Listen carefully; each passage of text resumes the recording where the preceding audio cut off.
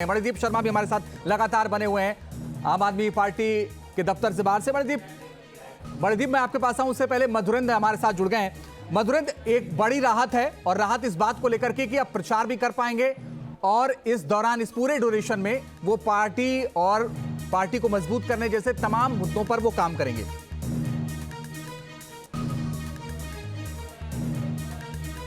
मधुरेंद्र बने रहिए, बड़ी खबर आ रही है, आज ही केजरीवाल की रिहाई संभव है। बड़ी और अहम खबर, आज ही केजरीवाल की रिहाई की कोशिश होगी, यह कहा गया है अरविंद केजरीवाल के अधिवक्ता की तरफ से। और आज ही ये कोशिश होगी क्योंकि ऑर्डर अपलोड होगा, उसके बाद राउस एवेन्यू कोर्ट से रिलीज ऑर्डर होगा और फिर ये ऑर्डर जाएगा। मधुरेंद्र बताइए।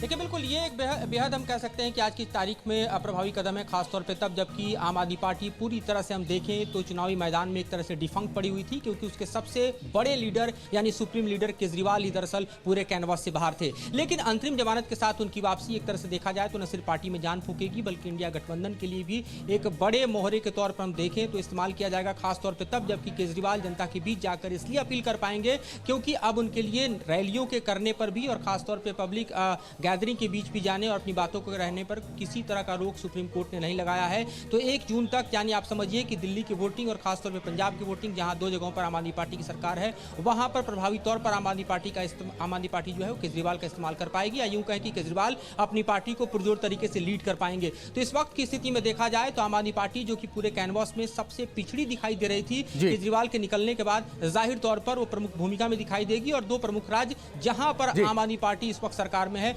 वहां पर अपने कैंडिडेट के साथ खड़ा हो पाना संभव है। हम लौट रहे हैं आपके पास। मुझे याद है कि 21 मार्च को गिरफ्तारी हुई थी और 1 अप्रैल से अरविंद केजरीवाल तिहाड़ की जेल में है। मणिदीप, मुझे बताइए, आम आदमी पार्टी के लिए राहत भरी खबर है, क्या कुछ चल रहा है?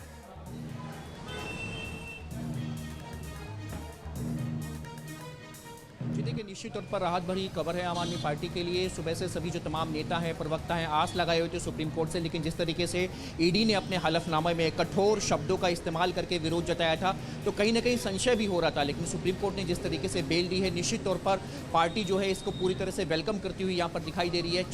7 सीटों पर पार्टी जो है दिल्ली में कांग्रेस के साथ मिलकर के चुनाव लड़ रही है। ऐसे में जब अरविंद केजरीवाल निकलेंगे तो निश्चित तौर पर वो जो रोड शो होंगे, वो जो एक भावुकता होगी, वो जो एक इमोशन होंगे, वो जो एक छवि बनाने की कोशिश की जाएगी कि जेल से ठीक है, बने रहिए मणिदीप, हम लौट रहे हैं आपके बाद। मोहित बख्शी लगातार बने हुए। मोहित बख्शी, उम्मीद है कि आज शाम 4 बजे तक फॉर्मेलिटीज पूरी हो जाएंगी क्योंकि तभी जमानत हो पाएगी।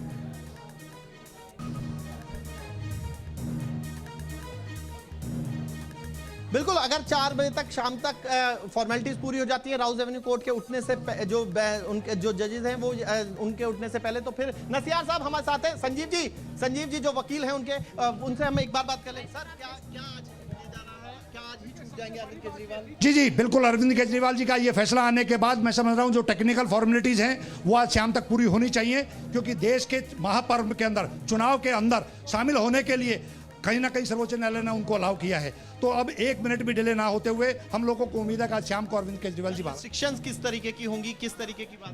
पूरी तरीके से जो रिस्ट्रिक्शंस हैं उसका अभी ऑर्डर आ जाएगा, लेकिन चुनाव प्रचार में पूरी तरीके से अरविंद केजरीवाल जी शामिल होंगे, इस पे क्लियर कर दिया। दिल्ली, पंजाब, हरियाणा सब जगह जा सकते, पूरे देश में किसी भी प्रचार के लिए किसी भी स्टेट में जा सकते हैं, क्योंकि इंडिया अलायंस का हम हिस्सा है। दिल्ली और पंजाब के अलावा अरविंद केजरीवाल जी पूरे देश में जाएंगे। तो जहां पर अरविंद केजरीवाल जाना चाहेंगे, उनकी रैलियां लगेंगी, वहां जा सकेंगे। संजीव नसियार जो कि लीगल टीम का हिस्सा हैं, वो बता रहे थे, वो स्पष्ट तौर पर कह रहे हैं कि अरविंद केजरीवाल पर किसी तरीके की रिस्ट्रिक्शन नहीं लगाई है और आज उनकी रिहाई संभव है। यह बड़ी खबर है कि उनकी रिहाई आज संभव है, यानी कि हर दिन का प्रयोग आम आदमी पार्टी अरविंद केजरीवाल का करना चाहती है कि जब जैसे ही ये आदेश आया है तो उसके बाद किसी तरीके की डिले ना हो। और अब अरविंद केजरीवाल आज से लेकर 1 जून तक बाहर रहेंगे और फिर 2 जून को बताया जा रहा है कि उनको सरेंडर करना होगा, यानी कि 1 तारीख तक उनको जमानत बिल्कुल मिली है। 1 तारीख तक उनको जमानत मिली है, 2 को सरेंडर। मधुरेंद्र, ये तो अरविंद केजरीवाल के साथ साथ इंडिया गठबंधन के लोगों के लिए भी राहत की खबर है, क्योंकि पूरे देश में अरविंद केजरीवाल प्रचार में जा सकेंगे।